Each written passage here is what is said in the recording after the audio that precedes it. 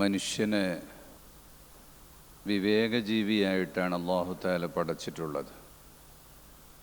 അതുകൊണ്ട് തന്നെ സത്യവും അസത്യവും നന്മയും തിന്മയും തിരിച്ചറിയാനുള്ള കഴിവ് മനുഷ്യനുണ്ട്.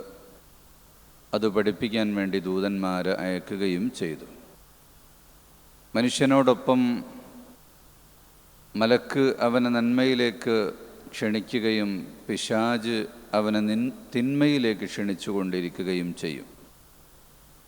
പിശാചിൻ്റെ വലയത്തിൽ മനുഷ്യനെ പെടുത്താൻ പലതരത്തിലുള്ള പുതിയ പുതിയ സംവിധാനങ്ങൾ രംഗത്ത് വരികയും ആ ഒരു മിഷൻ എന്നും നടന്നുകൊണ്ടിരിക്കുകയും ചെയ്യും. നാം അതിനെക്കുറിച്ച് വളരെ കൂടുതൽ വിജിലൻ്റായിരിക്കണം, ബോധവാന്മാരായിരിക്കണം. പിശാചിൻ്റെ ട്രാപ്പുകളിൽ പെട്ടുപോകരുത്. മയക്കുമരുന്നിനെതിരെയുള്ള വലിയ കൊടുങ്കാറ്റ് നാട്ടിലടിച്ചു വീശുമ്പോഴും മദ്യം പ്രോത്സാഹിപ്പിക്കാനുള്ള പ്രവർത്തനങ്ങളാണ് ഒരു ഭാഗത്ത് നടക്കുന്നത്. മദ്യവും മയക്കുമരുന്ന് തന്നെയാണ് മദ്യവും. മയക്കുന്ന എല്ലാം അത് നിഷിദ്ധമാണ്. അത് മനുഷ്യന് ദോഷകരമാണ്. ചെറിയ ദോഷം അല്ല, വലിയ വിപത്താണ് ഈ മയക്കുന്ന മരുന്നുകളും ടോണിക്കുകളും ഗുളികകളും എല്ലാം ഉണ്ടാക്കുന്നത്. വീര്യം കുറഞ്ഞ മദ്യത്തിന് ടാക്സ് കുറവ്, വീര്യം കൂടിയതിന് ടാക്സ് കൂടുതൽ എന്ന് പറയുമ്പോൾ വീര്യം കുറഞ്ഞതിനും ടാക്സ് കൂട്ടിയാൽ മതി എന്നല്ല ഞാൻ പറയുന്നത്. മദ്യം പാടെ ഇല്ലാതാക്കുക തന്നെയാണ് വേണ്ടത്. ഇവിടെ വീര്യം കുറഞ്ഞതിന് ടാക്സ് കുറക്കുന്നത് വിമർശിക്കപ്പെടുന്നത് എന്തുകൊണ്ടാണെന്ന് ചോദിച്ചാൽ, വീര്യം കുറഞ്ഞതാകുമ്പോൾ കുഴപ്പമില്ല എന്നുള്ളൊരു തോന്നൽ സമൂഹത്തിൽ സൃഷ്ടിക്കാൻ അത് കാരണമായി തീരുന്നു. വീര്യം കുറഞ്ഞത് കുടിച്ച്, അത് കഴിഞ്ഞാൽ കൂടിയത് കുടിച്ച്, അതും കഴിഞ്ഞ് പറ്റാതെ വരുമ്പോഴാണ് മാരകമായ വിഷങ്ങളിലേക്ക് ആളുകൾ തേടിപ്പോയിക്കൊണ്ടിരുന്നത്. നമുക്കറിയാം, പാമ്പിൻ്റെ വിഷമെടുത്ത് അതിനെ ലഹരിയാക്കി ഉപയോഗിക്കുന്ന മനുഷ്യർ നമ്മുടെ നാട്ടിലുണ്ട്.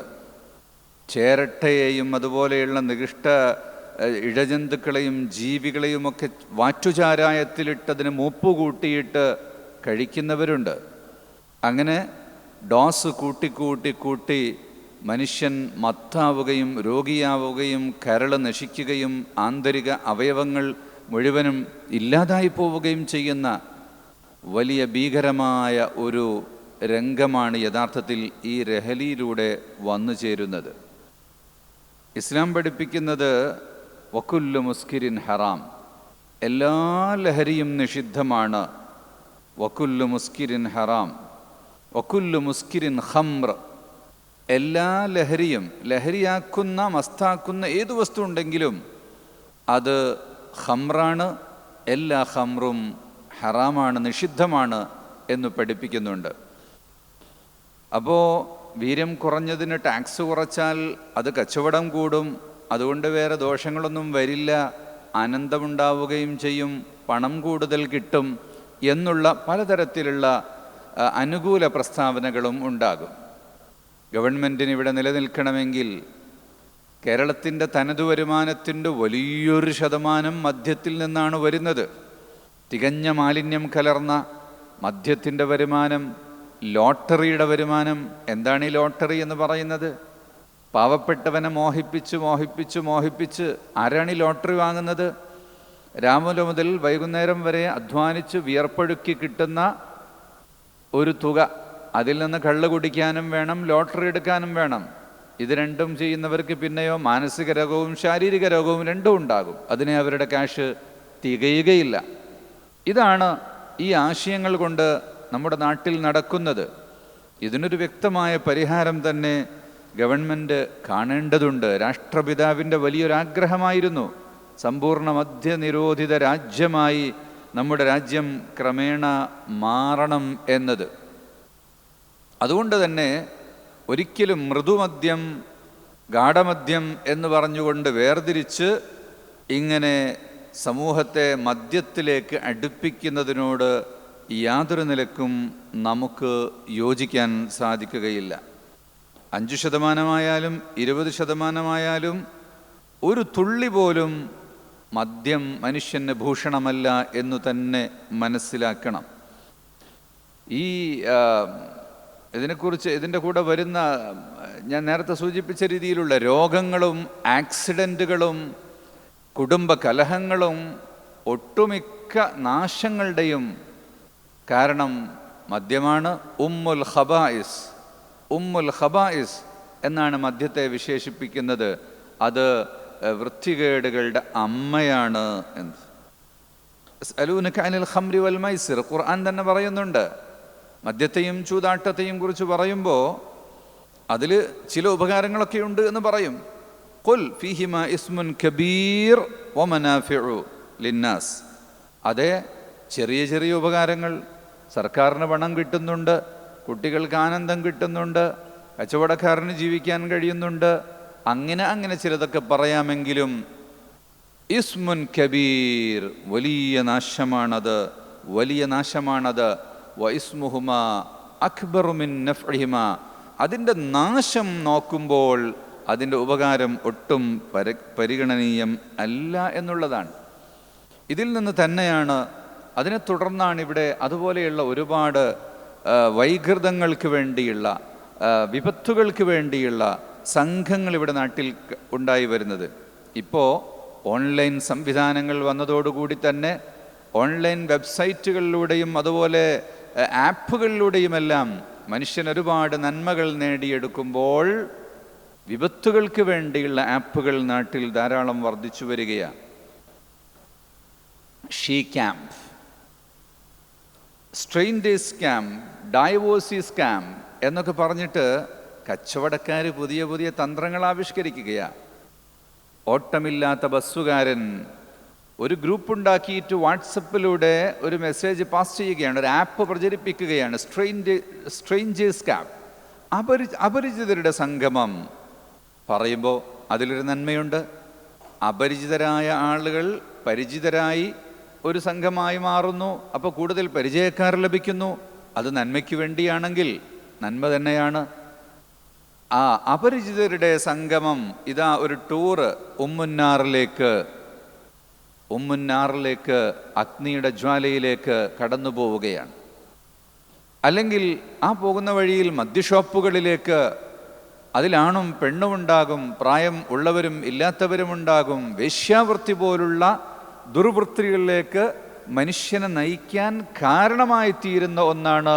അതുകൊണ്ട് അത്തരം വിഷയങ്ങളെക്കുറിച്ച് വിജിലൻ്റ് ആകണം എന്ന് മാത്രമാണ് ഞാൻ പറയുന്നത്. സ്ത്രീ കൂട്ടായ്മ, സ്വാതന്ത്ര്യത്തിൻ്റെയും മാനസികോല്ലാസത്തിൻ്റെയും വ്യക്തി സ്വാതന്ത്ര്യത്തിൻ്റെയും പല പല പേരുകളും പറഞ്ഞിട്ടാണ് ഈ സംഘങ്ങളെ ഉണ്ടാക്കുന്നത്. അതുപോലെ തന്നെ എന്താണ് ഡൈവോഴ്സീസ് ക്യാമ്പ്, വിധവകളുടെ ഒരു ക്യാമ്പ്. അവരൊരുമിച്ച് കൂടി സങ്കടങ്ങൾ പറഞ്ഞാൽ സങ്കടങ്ങൾ തീരും. പക്ഷെ ആ സങ്കടം പറയാൻ വേണ്ടിയാണോ ഒരുമിച്ച് കൂടുന്നത് എന്ന് ചോദിച്ചാൽ മിക്കവാറും അല്ല. അവിടെ എന്തിനാണ് കല്യാണം? എന്തൊരു കഷ്ടമാണ്, ഭർത്താവിൻ്റെ കീഴിലുള്ള ഭരണമാണ്, ഒരിക്കലും ഇനി ആരെയും കല്യാണത്തിലേക്ക് പ്രേരിപ്പിക്കരുത് എന്ന് പറയുന്ന രീതിയിൽ ആ പാശ്ചാത്യൻ ചിന്താഗതികളെ, സ്വതന്ത്രവാദത്തെ ലോകത്ത് കൂടുതൽ പ്രചരിപ്പിക്കാൻ വേണ്ടിയാണ് ഇത്തരം സംഘങ്ങളൊക്കെ കടന്നു വരുന്നത്. അതുകൊണ്ട് സാധാരണക്കാരൻ ചിലപ്പോൾ അപകടങ്ങളിൽ പെട്ടുപോകും. ഇപ്പോൾ ഈ ഇലക്ട്രിക് പോസ്റ്റുകളിലെല്ലാം കാണാം യൂണിസെക്സ് സ്പാ. എന്താണത്? എതിർലിംഗ സ്പാകൾ. പുരുഷന് സ്ത്രീയും സ്ത്രീക്ക് പുരുഷനും മസാജ് ചെയ്ത് കൊടുക്കുന്നു. അതിനെക്കുറിച്ച് അതെന്താ കുഴപ്പം? ഒരു റെജുവനേഷൻ ഉണ്ടാവുകയില്ലേ, റെജുവനേഷൻ കിട്ടുകയില്ലേ എന്നാണ് ചോദിക്കുക. വേറെ അതിൽ കുഴപ്പമൊന്നുമില്ലല്ലോ. അത് തന്നെ കുഴപ്പമാണ്. ഇസ്ലാമിൻ്റെ ഭാഷയിൽ അതുതന്നെ കുഴപ്പമാണ്. വേശ്യാവൃത്തി എന്ന് പറയുന്നത് കണ്ണുകൊണ്ടുള്ള നോട്ടം, അത് സഹമുമിൻ സിഹാമി ഇബ്ലീസ്, അത് ഇബ്ലീസിൻ്റെ ഒരു അമ്പാണ്. കണ്ണുകൊണ്ട് നോക്കി, നാവുകൊണ്ട് സംസാരിച്ച്, കൈകൊണ്ട് സ്പർശിച്ച്, അടുത്തടുത്ത്, അങ്ങനെയാണ് അവസാനം അത് വ്യഭിചാരത്തിലേക്ക് എത്തിച്ചേരുന്നത്. അതുകൊണ്ട് തന്നെ അന്യ സ്ത്രീ പുരുഷന്മാർ പരസ്പരം കാണരുത് എന്ന് പഠിപ്പിക്കുന്നത് അതിനാ. അങ്ങനെയാകുമ്പോൾ തന്നെ റെജുവനേഷനാണ് എന്ന് പറഞ്ഞിട്ട് എന്താണ് അതിലൂടെ ഉണ്ടായിത്തീരുന്നത്? ചെറുപ്പക്കാരായ ആളുകൾ, ഇതൊന്നും അറിയാതെ കൊച്ചുകുട്ടികൾ പോലും ഒരു ടെലിഫോൺ നമ്പർ കണ്ട് വിളിച്ച് ആ ട്രാപ്പിൽപ്പെട്ട് പിന്നെ ഇതിലെന്താ കുഴപ്പം എന്ന് ചിന്തിച്ച് അതിൻ്റെ അപ്പുറത്തും എന്താണ് കുഴപ്പം എന്ന് ചിന്തിക്കുന്ന അവസ്ഥയിലേക്ക് വരും. ഇങ്ങനെ തെറ്റുകളിലേക്ക് നയിക്കാൻ വേണ്ടിയുള്ള പലതരത്തിലുള്ള കെണികളാണ് ഓൺലൈനിലൂടെയും ആപ്പുകളിലൂടെയും വെബ്സൈറ്റുകളിലൂടെയും അല്ലാതെയുമൊക്കെ നാട്ടിൽ നടമാടി വരുന്നത്, നാട്ടിൽ കൂടി വരുന്നത്.